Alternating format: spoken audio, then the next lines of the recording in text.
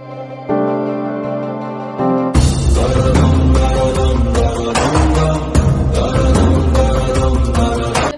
Activities எல்லாமே கூட இருக்கும். பிசிக்கல் ஆக்டிவிட்டிஸ் தான் உங்களை தைரியத்தை வளர்க்கும்.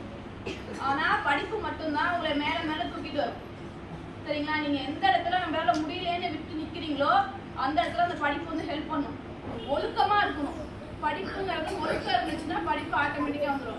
நமக்கு தேவை, குழந்தைக்கு தேவை ஒழுக்கம். முதல்ல எல்லாரும் எந்த ஊரு, எந்த தெரு, அம்மா பேர் என்ன, அப்பா பேர் என்ன, நம்ம வீட்டு பக்கத்துல என்ன லேண்ட்மார்க் இருக்கு, இதெல்லாம் தெரிஞ்சு வச்சுக்கோங்க.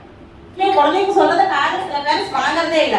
பேரண்ட்ஸ் முதல்ல குழந்தைகளை உட்கார வச்சு என்ன ஸ்கூல்ல என்ன நடந்துச்சு, என்ன சொன்னாங்க, என்ன பண்ணாங்க, என்ன கேட்டாங்க, இன்னைக்கு என்ன நடந்துச்சு, நீங்க என்ன தப்பு பண்ண, நல்லது பண்ணியா, கெட்டது பண்ணி எல்லாத்தையும் தயவுசெய்து உட்காந்து கேளுங்க. பேரண்ட்ஸ் சொல்லுங்க. எந்த ஒரு சிட்டி இது வந்து நம்ம சொல்லக்கூடாது அப்படின்னு யாருமே நினைக்காதீங்க. முதல்ல பேரண்ட்ஸ் கிட்ட தான் நீங்க சொல்லணும். புரியுதுங்களா? எல்லாருக்குமே சொல்றேன்.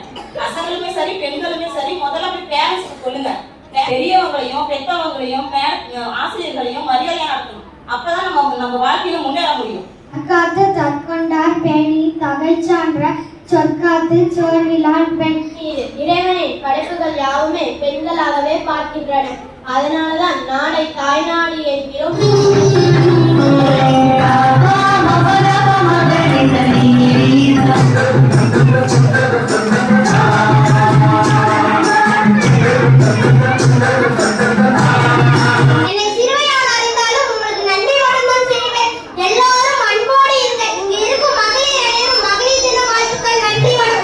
காப்பாற்றும் பொறுப்பில் உள்ளேன்.